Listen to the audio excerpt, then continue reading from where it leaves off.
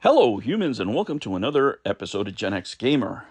These are the kind of videos that corporations really don't like, that companies don't like, right? It's not the videos where, I could sit up here and describe a person in one way or another, maybe say a derogatory statement on somebody. There's plenty of those videos, and those roll off the back of any corporation because they're just personal attacks.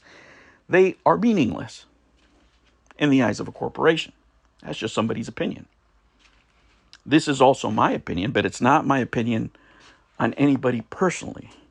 I believe that Kotaku is not following oMedia's policies. They're written policies. Now, somebody must be above the law over there. I don't know about where you work. I don't know about any other corporations, but where I work, I can't walk into work and decide what I want to do and what I don't want to do. There's certain roles, certain things that I have to do. There's a certain way I must conduct myself, not only in the office, but outside the office, right? There's certain things that I'm allowed to talk about, certain things I'm not allowed to talk about in public because they violate the guidelines of the company that I work for, right? I can talk about public figures. I can talk about customer service issues. I can talk about agents of companies if I wish to. I can't talk about individuals. That in most companies is a no-no, right? They don't want you doing those kind of things. Any standard media clause would have that in any company and any important company. When it comes to Kotaku, if I was to tell you this story 10 years ago, you would think I was setting up a joke. And the joke is, there was this sex worker that got put in a position as an editor at a major video game magazine. It would have sounded like a joke 15 years ago, 10 years ago even. But that's a reality today. And what happens when you put an unqualified individual in a position of power? Well, many things can happen, all of them hilarious, but usually power corrupts. And when you have a person that doesn't know how to handle it, power definitely corrupts, absolutely. Now, these are my opinions based on what I see that oMedia's policies are. But what are oMedia's policies? Now, according to them, as they state on their page regarding social media, we apply the same standards to all our content on whichever platform we publish it.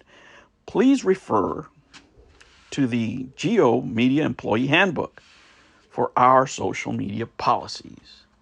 I'm sure they have some, just like I do at work, like anybody else. And they write. Writers and editors have a privileged position in having direct access to publishing. With great power comes great responsibility, right? That should not be used in ways that contravene company policies on preventing harassment and discrimination. The creation of a hostile or offensive working environment or access to confidential and proprietary company information. Well, I think if you say all men are the problem, I think that might be sexist. If you say that you can't be racist against white people, that's definitely racist and a sign that you haven't traveled enough. Because there's plenty places on this planet, let me tell you, where white skin is not welcome, right? You just haven't been there yet.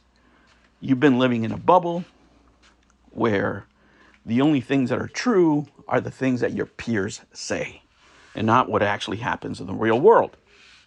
As a matter of fact, I can name a couple of cities here in the U.S. where if you're white and you're walking around at night, let me just say, I wouldn't want to be you. How's that? Now, and these are, some neighborhoods that I grew up in. So I'm not telling you something that I heard of in the news. No, I'm telling you stuff that I've seen. Now, fairness, they say.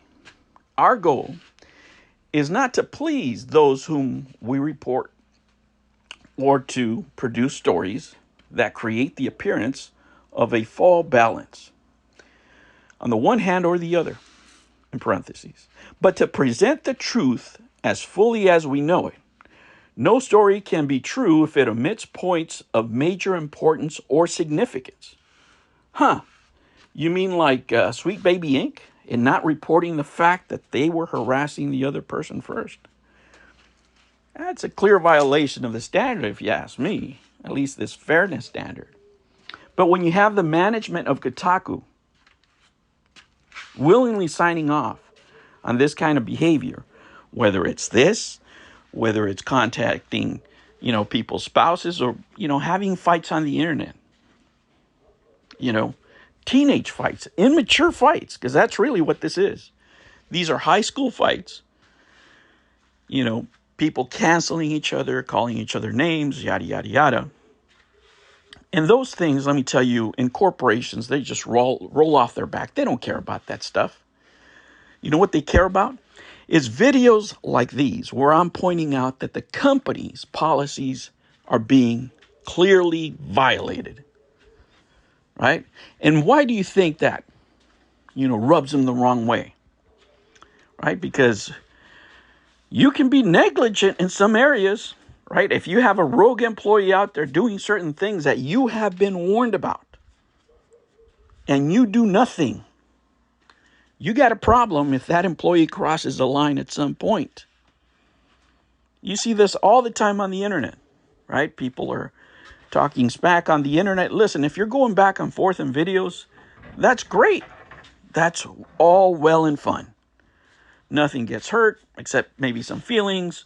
Somebody has to take an L. That's the way it should be. Going back and forth on video, sharing opinions, discussing openly opinions.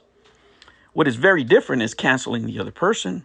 What's very different is taking it into real life, right? What's very different is affecting somebody else's business. You don't know how that other person's going to react. You have no idea, right? If you're an employer out there, you don't want your employee doing these kind of things under your banner. If they want to be idiots on their spare time, they have to make it clear that that is their personal intentions. But when you have employees as a group doing out there, doing things that are not quite up to par with your policies, and they end up crossing lines that they shouldn't have, let me tell you, that company's insurance company might not be that happy, right? That is when you have to call in an audit, call everybody in and have a come to Jesus meeting, right? And this is what I'm having right now. oMedia, anybody out there's got to read, is going to hear this message. Because this message is not about criticizing them as individuals, pointing out their shortcomings. What I'm talking about here is violating clear company policies willingly, doing negligible things, having management sign off on things that are clearly unethical, like contacting somebody's spouse. I don't know about your state, but here in California, let's just say for the sake of argument, one of these idiots, or 2 or 10, end up harassing somebody's wife, and that wife leaves the person that they're harassing. Do you think that's not going to go to court? And what planet do you think that person will not take that company to court?